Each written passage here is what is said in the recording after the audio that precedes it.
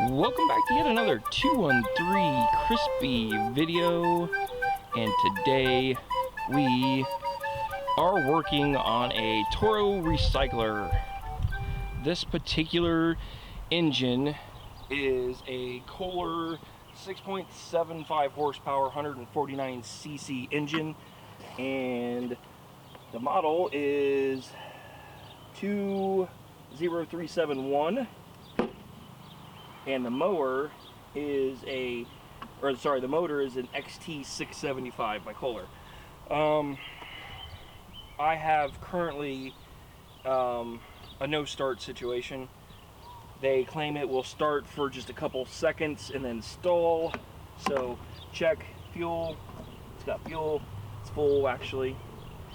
The backstory to this mower is they purchased it used, and then they moved, so it's been sitting for, I believe, 2 years was the story that if I remember correctly. It's either a year or two. So with this unit, there is no primer bulb, the pump, or nothing like that. So it's just pulling. It's basically an auto choke system. So we're going to try to duplicate the issues that they're having. That's one thing that I always suggest you do, is try to recreate the issues. So before I do anything, check oil. I can see that it's got oil. Looks good on the dipstick. I know the engine is dirty, so it will get washed before we return it back to the customer. So pull the handle back.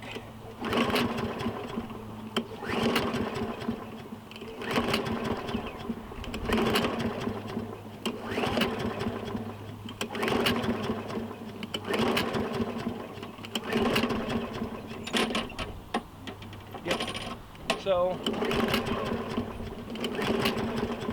I have absolutely no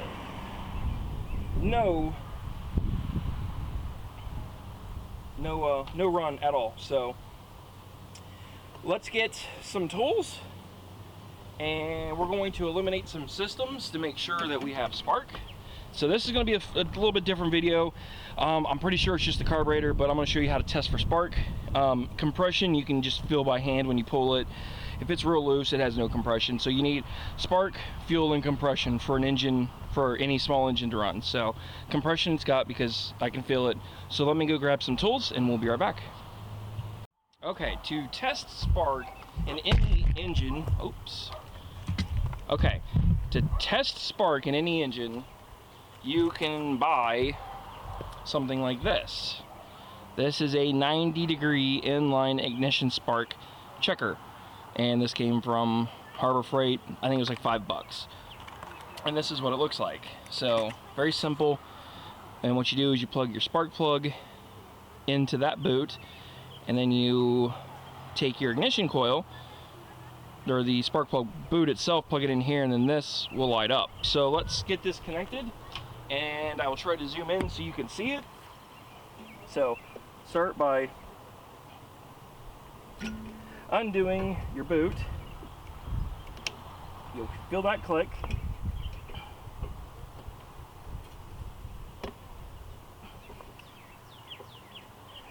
We're going to try to arrange this so you guys can see it, and so that I can see it when I pull. So let's get zoomed in.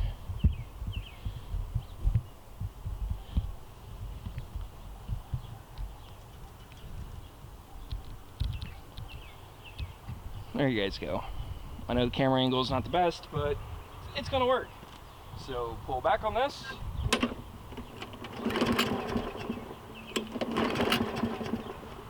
I cannot tell if there's spark or not. Can't see.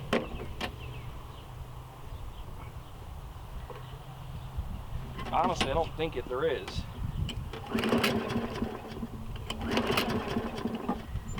So let's check this out, see what we got going on. So since we're not able to determine if spark is working or not through our spark tester, The other option would be to take a spark plug, plug it in, set it on something that's metal, like that, and pull it, and check to see if you see spark that way. Problem is where I'm at, I'm not going to be able to see it. So the other option, which is what I'm going to do, is take the air filter off, and I'm going to spray some starting fluid directly in the chamber. Does not take a whole lot, so be very gentle with this. Give it a couple yanks and see if she starts.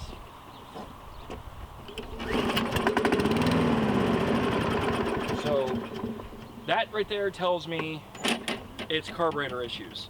So just because I could not see it with the naked eye with the spark tester because of where I'm all the way back there and it's up here and the angles and everything, sometimes you just can't see it. So that's why I'll rely on Old Faithful starting fluid. So that tells me we're rebuilding carburetor. So let's get you up on the workbench and we're going to start from there. So this customer, we're going to do a full service on it. So spark plug, air filter, oil change, rebuild the carburetor, and the blade. So all that's going to get done on this video that you are watching today. So I'm going to get this up on the stand and I'll meet you guys back. Now that we got you up on the workbench, let's start with trying to figure out what size this takes, because I honestly don't know. It's probably metric, so if I had to bet, it's 10 millimeter, and that's what it is. I do not have a 10 millimeter socket just floating around, so I will be right back. Okay, we got you back up on the workbench. Obviously we took off our air cleaner earlier, so we've got 2 nuts to take off, and it is a 10 millimeter, so pretty simple. Take 2 of these off. Then we are going to take our air box off, and we can already tell this has got some nasty gunk on the outside of it, and I've not even attempted to take anything off yet. So let's set the air cleaner or air box aside. I'm going to take my crimpers and I'm going to crimp the fuel line just like I've done with every other mower. Take off our fuel connector, or hose clamp I should say, and we are going to slide this off. And the hardest part with this is because of the age of this fuel line and it's been sitting, this is going to be a pain to get off. So you've got some options. You could take some pliers, put it on here and twist. It should break it free, because what happens is it's the heat from storage. You can see some of the fuel leaking out and it's already coming out of this. It's that real nasty yellow color. So no, I need you to go inside, please. It's getting ready to rain. So I'm fighting a storm, so I'm going as quick as I can, but we're going to use the Old Faithful mason jar, and I'm going to pop this off, and I'm going to start off by letting this drain in to our mason jar. We're going to see what kind of quality this looks like.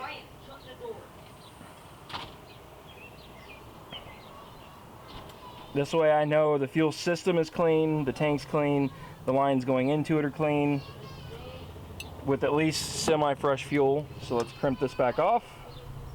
And oh, that didn't work.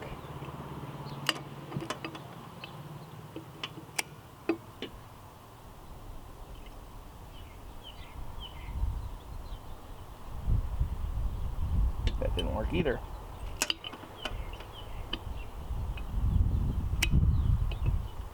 There we go.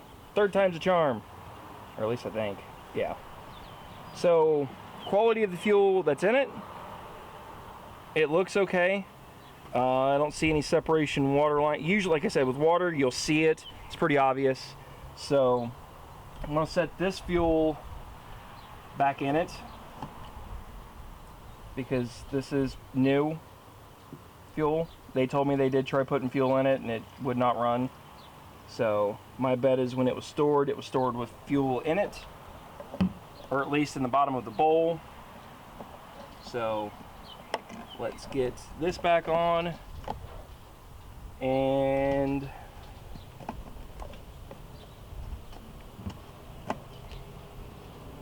come on, fuel cap. We are going to take the carburetor off. So start with your linkages. This particular one, it should slide all the way off.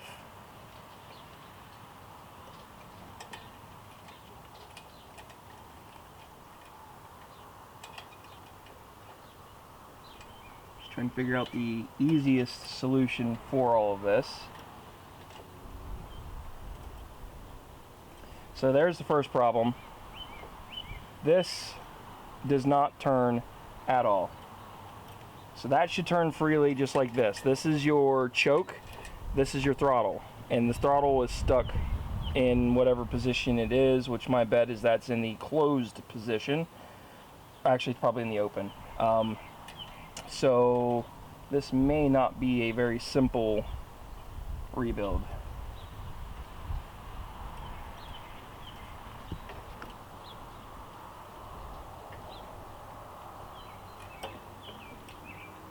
Yeah, this is going to be a pain.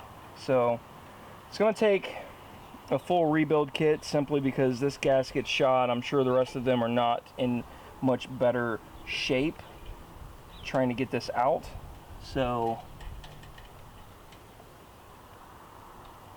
a couple ways you can get this. You can take the assembly off. I'm just trying to figure out, is it easier to take this shaft off of the governor, or is it easier to take the shaft off of the choke? And honestly, it's probably easier taking the choke off.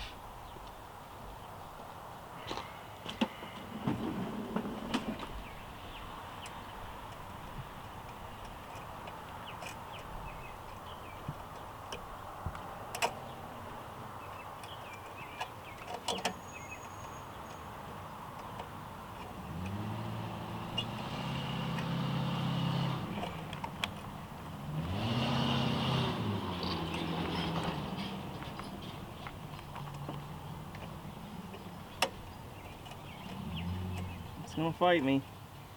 They never come off easy, that's for sure.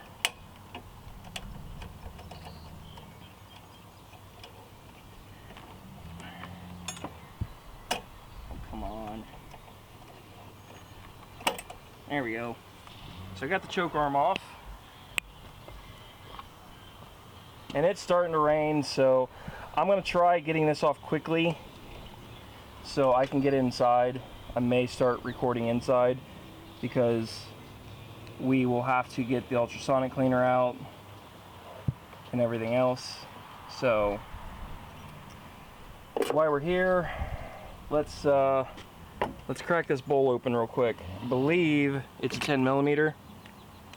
Yes, it is. So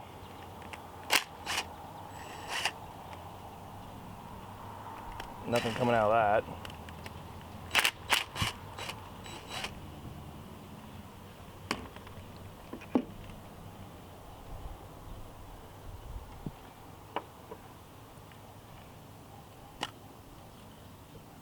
So yes, this is what I was afraid of. So you notice the inside's all nasty, gummy, rusty. You see my hand turned yellow right here where I was holding it. The bowl is covered in that yellow color. So this carburetor is in really really rough shape, which is pretty much what I was expecting to see whenever I took this position. So what we're gonna do, the rain is coming in. I don't want my camera getting wet. It's a digital SLR, so I'm sure it does not like water. We are going to get this inside and I'm going to tear this apart. I hope I can record this inside, and we'll get our ultrasonic cleaner out, which will be the first time you guys get to see that. And I'm probably gonna have to order some parts. So we'll see what it looks like when I get it torn apart, and we'll go from there. So I'll see you guys inside.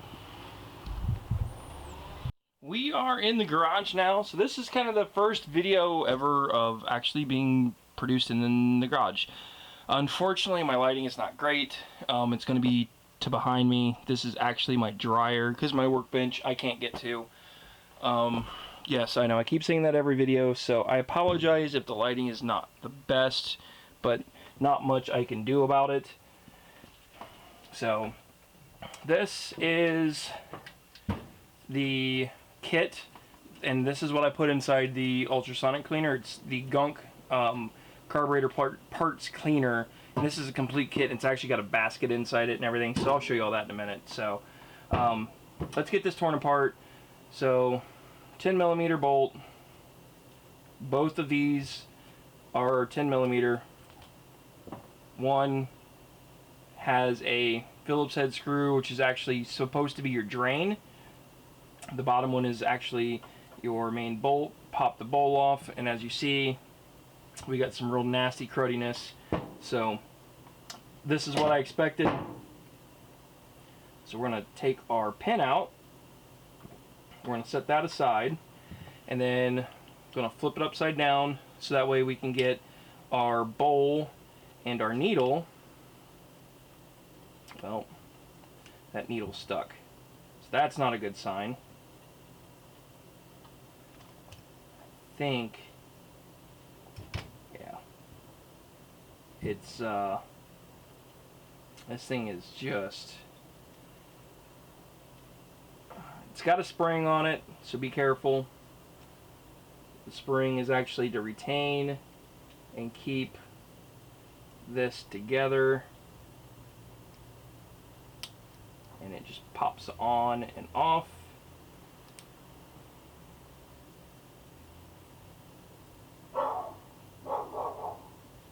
Take the spring off, and you will notice, if you look real close, this thing is all kinds of nasty crudiness. So that's what I was going to expect tearing this apart. So I'm not going to take these seals off. I think if I try to take anything off, it's just going to make these worse. So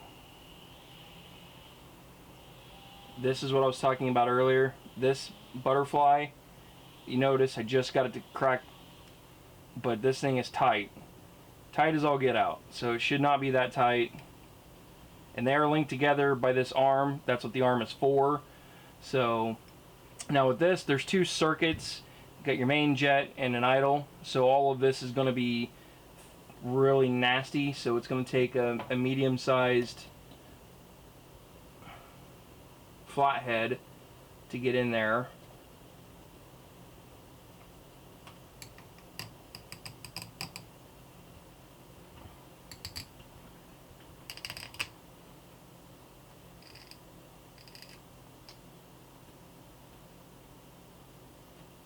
I can't see.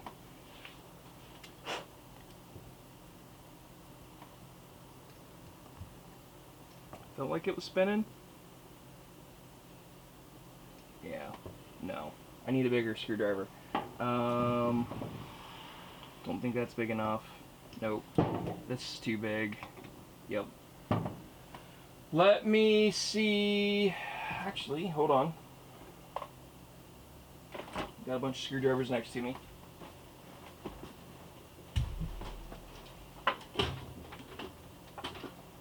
It's actually a new kit that I have yet to use.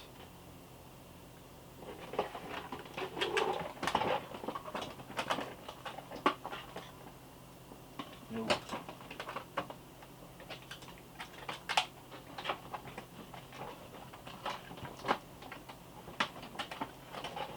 It's a 100-piece screwdriver set that I got for Christmas, still in the box. Unfortunately, I have yet to get it out because I've never really needed to get in here too much looking for screwdrivers because I have a decent amount already, but these are handy, so they were already here. So this should fit. Yeah, there we go. That felt better.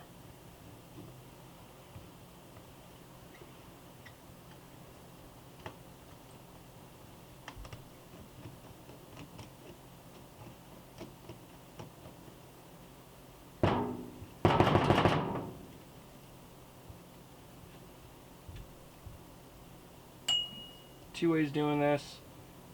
There's an emulsion tube that sticks up, and that puts pressure on everything. So sometimes if you just push down on that, that will push down on your main jet. So there went the jet. So now I got to get that emulsion tube out.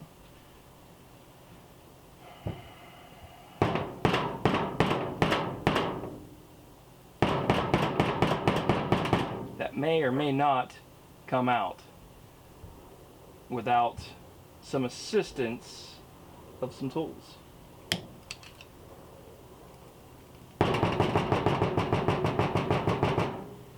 Yeah, it's stuck in there. So we're gonna let the ultrasonic cleaner worry about that one.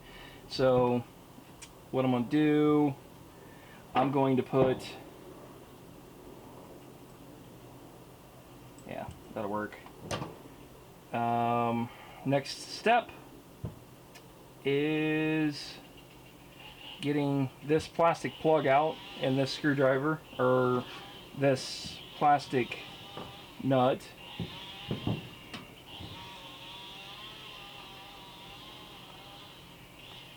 So let's pull that out.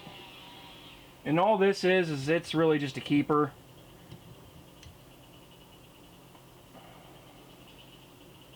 For this piece here, and that piece should come out with some small pliers, lift up, and this is actually another jet, so it's got a small piece through the top and it goes in, and there's some holes that go sideways, so my bet is that's clogged as well. And that's really about as far as you need to take this apart. My only concern is getting this to seat with the needle, because if I can't get it to stop allowing fuel to go through it, then it's pointless. And then I'd like to get that emulsifier out, and I don't know if it's going to come out or not. I can't get in there. I mean, I can get in there if I had some wires, get in there and try pulling it out, but I don't want to damage it too bad, so I would rather let the ultrasonic cleaner just do its thing. Odds are the ultrasonic cleaner will get it. The rest of these are just linkages, so you don't have to worry about this too much. And that's about as far as you want to take this thing apart. You don't have to worry about too much of anything else. There are some cavities that goes through here, down in through the bottom, through these jets, but that's, again, you could take some carburetor cleaner, squirt through these holes and everything else, but as bad as this carburetor is with as much gunk, and if you could smell it, it stinks. It flat out stinks. So let me go get my ultrasonic cleaner out, and then I'll show you how I use an ultrasonic cleaner. So this is the first time you guys get to see how I use an ultrasonic cleaner. So this is the ultrasonic cleaner. This is just a Harbor Freight basic little unit. It actually doesn't even say Harbor Freight or Chicago Electric. This says ship to shore. It was one of the very first Harbor Freight ultrasonic cleaners in the larger size. I've used it quite a bit and I've had good luck with it. But so what you're gonna do, take your can, open it up. I know I'm blocking your guys' camera view, I'm sorry.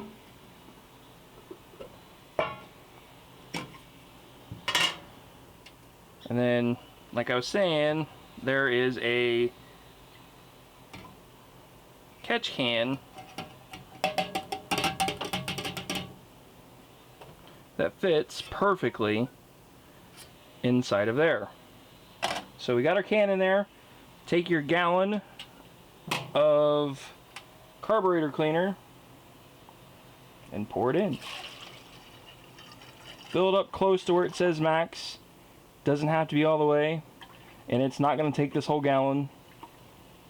So I'm going to stop about right there. So I still got, I don't know, maybe a quarter. I'd say it's less than that. Probably a sixth of a gallon left, but I can save this and reuse it, keep it. You can do multiple carburetors in one batch with this, so you can keep your solution for a long time. A lot of people will use multiple products. It just comes down to preference. So got our main jet. I'm gonna go ahead and I'm just gonna throw it all in here. Needle, pen. The only thing that I'm not putting in is the spring on the needle. So that should float. So if this does not stay floating, then you have an issue. And I'm not going to put the carburetor in the bowl. I'm going to set that aside, and I'm going to put the carburetor in by itself over here. And then the float bowl, I'm going to put in, I'll put in it by itself too. So you see what it looked like going in. So temperature control, the red light means it's heating, so I want that on. I'm going to set this to as long as it'll go. Oops, off. Which I believe is 480, which it is. And there you go. So if you watch, kind of hard to explain, but you're going to notice a bunch of bubbles. And I'm going to readjust this way this is running so you can see it. So I know this is running. Kind of hard to see it, but you can see a bunch of bubbles forming up around this area. That's going to be the vibrations. If you look over here, you might be able to see a bunch of little micro bubbles over here. You're going to see some bubbles coming up over here. And you can see the color when I move that. You can see that film right there when I move just that.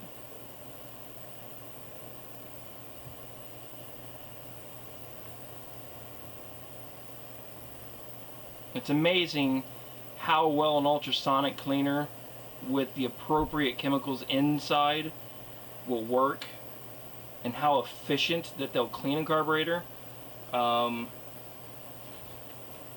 It's just personal preference on how you guys want to clean one. So we're going to let this run for a few minutes and we'll come back and check it out in a little bit. So I decided to take the plastic tray out that was in it to give me just a little bit more room for covering up our carburetor. The plastic tray was blocking just a little bit out of it, so this has been about 300 seconds. So let's zoom in. That's as far as it'll go, but you can see the bubbles coming off right around here, especially right there. You're going to see some off the inside of this tray. It's definitely working. So just to give you an idea, let's pull out our float bowl. So you already notice the coloring is nowhere near as yellow as it was. And this is just a matter of just a handful of seconds. So I mean, I'm down to 120 seconds, so 300 seconds. Then you can push it down, make sure it gets fully covered. You have to remember it is also carburetor cleaner. So I've got this trick from another YouTuber that works on a bunch of cars. He works on a little bit of everything. It's Musty One. So if you ever run across this video, Musty One, thank you very much, because this trick using carburetor cleaner inside of an ultrasonic cleaner does work fantastic. Would I want a bigger ultrasonic cleaner? Absolutely. But right now, I think the one I want is a 15-liter unit on eBay, and it's about $150. It's the same one Musty One's running. It works really well for him. I would love to have one. I can't justify the $150 yet until I start getting a little bit of donations and stuff through YouTube. So this one, you see, it's kind of at its limitations with small carburetors. Like, this is not a big carburetor, but I run out of space real quick. I was able to restore a Rochester 2-barrel marine carburetor off of a boat in here, but I had to take it apart in a couple pieces and throw it in one piece at a time, which takes a little bit longer, unfortunately, than just letting this bake, basically. So we're down to 7 seconds, so I'm gonna let this recycle again once it turns off. So 480 on. So we're gonna let this go for a few minutes. I'll let you listen to the ultrasonic machine. It's not too loud.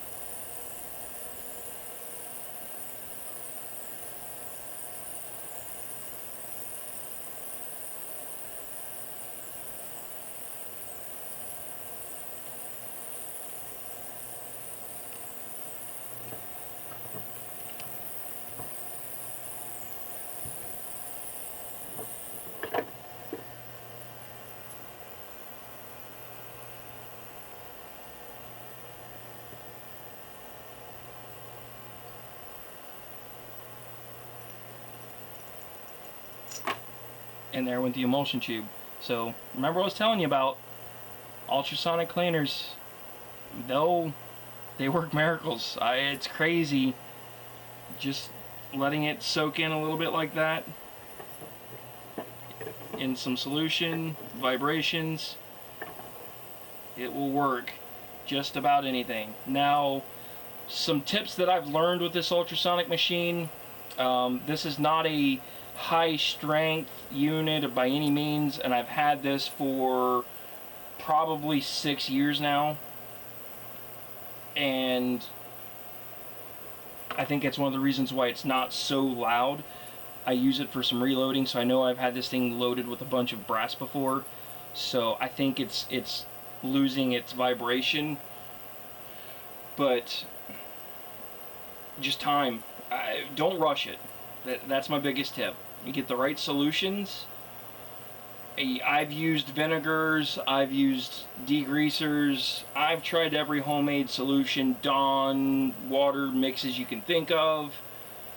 They all work, and absolutely I'm not saying that they don't, and I think that they are great alternative solutions.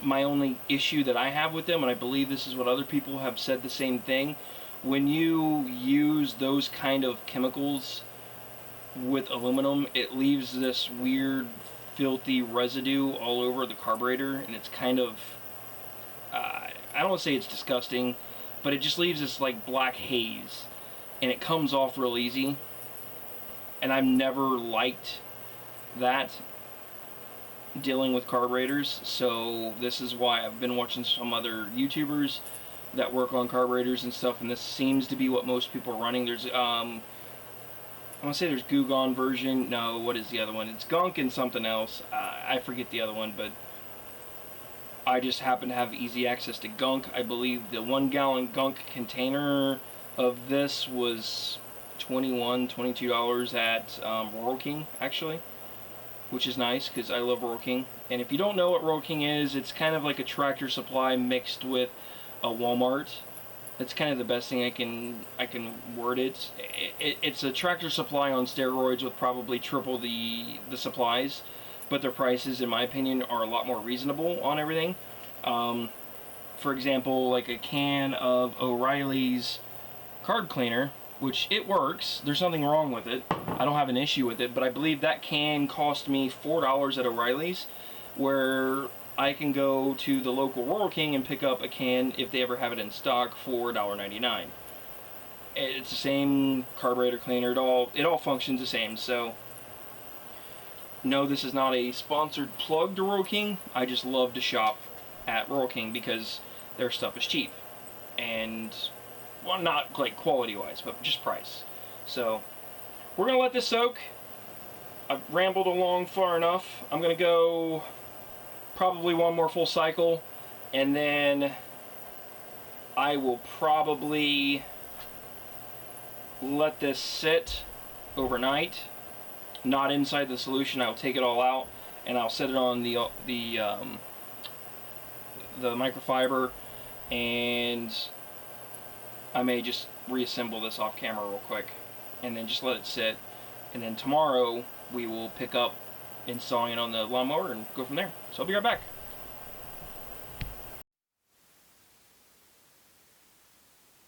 So we've let this run now for just two cycles. That's all it is, just two.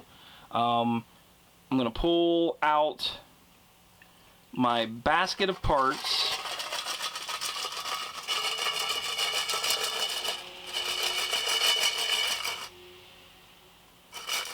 I'm gonna set that in here. Go with the carburetor. Do the same thing. Then the bowl. So let me try to step out of the way so you can see this. This looks 1,000 times better than what it looked like going into it. So you notice you got a little bit of gunk down in there, but honestly it's a lot cleaner than it was. So you notice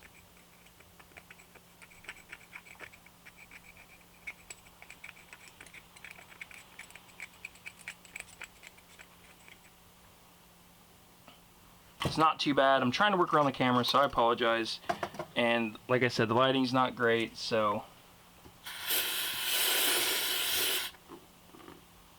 notice still got some surface rust around the edges.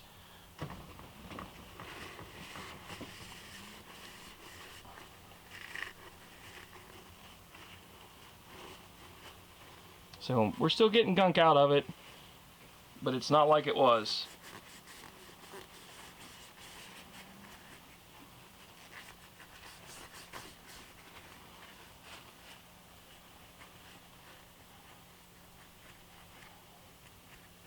And sometimes you just can't get it all. You just want to get most of it, because you leave real bad chunks, it's just going to clog up. It's just going to clog up again. So that's the float bowl. Let's inspect our carburetor. So let me kind of step out of the way. So the carburetor looks honestly pretty good. It don't look too bad.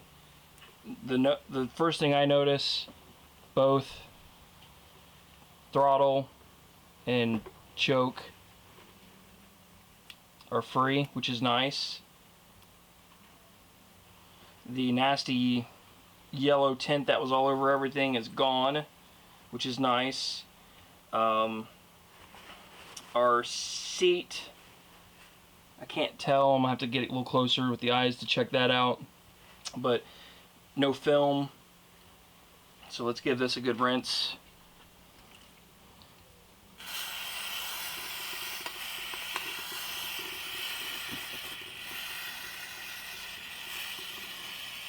And I want to do this to everything because you don't want to leave carburetor cleaner stuff, chemically anyway, on aluminum and gasket materials and stuff like that too long. It can cause issues. So got a couple passageways. We got one here.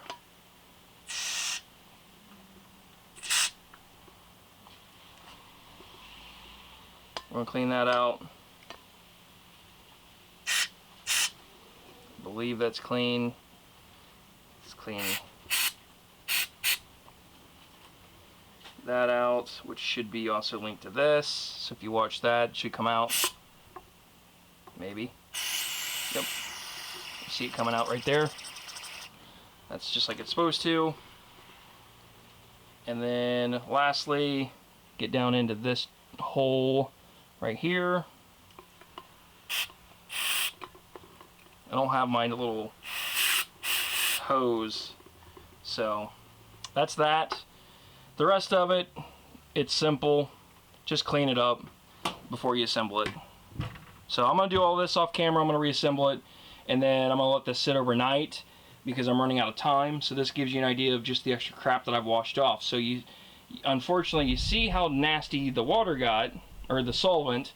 So the solvent's, I don't say it's pitch black. It's not. It's more of the lighting, but it does have some real nasty cruddiness in the bottom. That happens. It's normal. That's just the gunk that came off the carburetor. So I'm gonna rinse everything that's in the bowl, and then we're going to reassemble this off camera. And then, like I said, I'm gonna let it sit overnight, and then we will pick this back up tomorrow, and we'll throw it on the lawnmower and see what happens. So I've already taken the blade off. So I am ready to reinstall a new sharpened blade. Now, unfortunately, this blade is not in the best shape. So you notice kind of right there in the middle, it's got a couple good size gouges in it, and then the other side's kind of the same way. So, but yes, talk to the customer. He's okay with leaving it like it is because he's not been able to use this mower in a couple years. I think he's just wanting to be able to use it and then possibly get a new blade for it either later in the season or not. But one thing I like about Toros is they've got like a U-shaped guard on here, so if you try putting this on upside down, it won't fit. So that's nice. So it's only going to go on one way. And then same thing with your bolt and your housing plate. And again, start it by hand, get it semi-tight, set your wrench to forward. Noise alert. There you go. So that's nice and tight. While we're under here, check your belt. The belt looks okay for now. Not a lot of grass underneath. Drive assembly looks pretty good. So we are going to flip it over and put some fresh oil in it and put our air filter on it and call it done. We'll do a final test. So let's get this flipped over and I'll be right back, guys. So with this particular Kohler engine, it is a 0.625 quart capacity. So the conversion rate for 0.625 is 20 ounces. So we will be putting 20 ounces, and this one we are going to be putting in a fully synthetic 10W30 oil. So like I said, I use only the premium oils whenever I can get them. So we are going to put in 20 ounces of oil.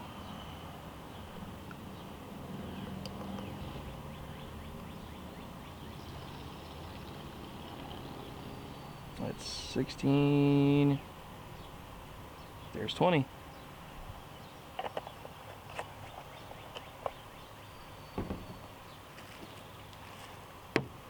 So with this, you're going to need a filter because it is on a really bad location, just like some of the other mowers that we've done. So let's get you panned over here so you can see what I'm talking about.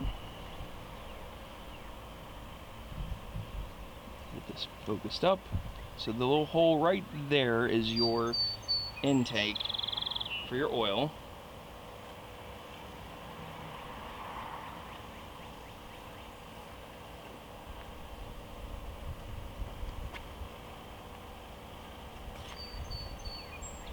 That's where you put your funnel and slowly add your oil.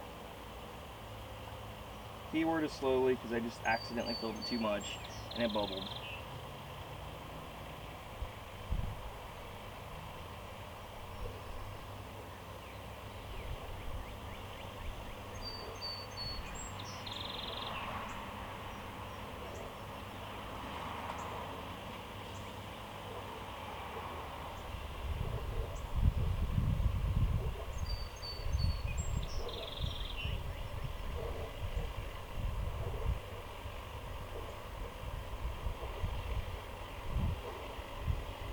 nice thing with 10W30s is it's kind of a good all-around oil for winter grade, summer grade, and everything else, because it's rated for cooler weather temperatures. It's rated for warmer temperatures. Like the SAE straight 30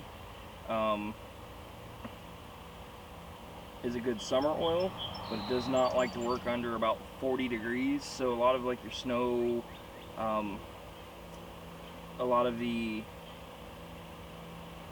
snow blowers and snow pups and whatever you want to call them, you don't really want to run straight weight 30 because they are not designed to be ran in colder temperatures than under 40-45 degrees. So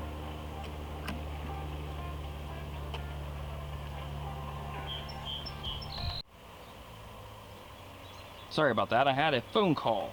So the last step is a new air filter,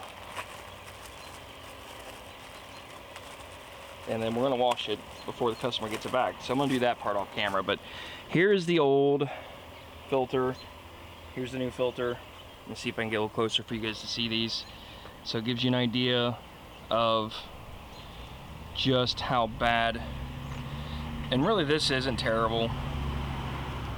It's definitely got some dirt and grime inside here, so since we're here for full service, we're replacing it all. So it just pops in its place, just like so.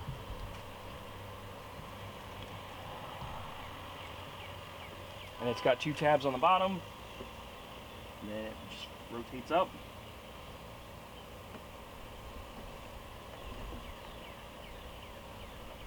Should click into place. There it goes. It just takes a little bit of force to get that in there, but other than that, we are done. So if you guys like the video, give me a thumbs up. If you don't, give me a thumbs down. I use all the thumbs to track future videos and what you guys like and what you don't like. So obviously we're going to get this a good nice cleaning before the customer gets it back, because I got some oil all over the deck from doing the oil change. Other than that, there will be a links down low in the description to the air filter, spark plugs. I'll link to some oils that I would suggest you use if you have access to it. Yeah, that's all of that. Pretty simple, pretty easy. May send you a link to the ultrasonic machine and the gunk parts cleaner as well, if you're interested in learning a little bit more about that kind of stuff. But yes, we are going to keep wrapping up some of these videos like this. Pretty simple, straightforward cleaning. And this one is good to go back to the customer. So I appreciate it. You guys have a great day. And oh, also forgot, if you click on one of the links and you decide that you need to buy some dog food, just because you check out the link for, let's just say, the air filter, and you decide to go and search for pedigree dog food on your Amazon account and buy it, I will still get a commission of that purchase because you purchased it through my link. I'm an affiliate to Google, or to Amazon I should say, and that's how the affiliation program works. So if you click on a link and then buy anything through that link, then I will get a small portion of it. It's like, it ranges from like 3 to 10%. It varies on what product it is that you're purchasing. But any little proceeds that I can get, I'm going to reinvest back into production purposes. So I need to get what's called a digital SLR monitor, so I can see to make sure that what I do is in focus. So the last thing I'm going to do, I almost forgot, I'm going to take some 3-in-1 oil and we're going to just hit up like all the tires and wheels, basically all the bolts on it, just to make sure everything's free. So other than that, we're done. You guys have a great day, and thanks for watching.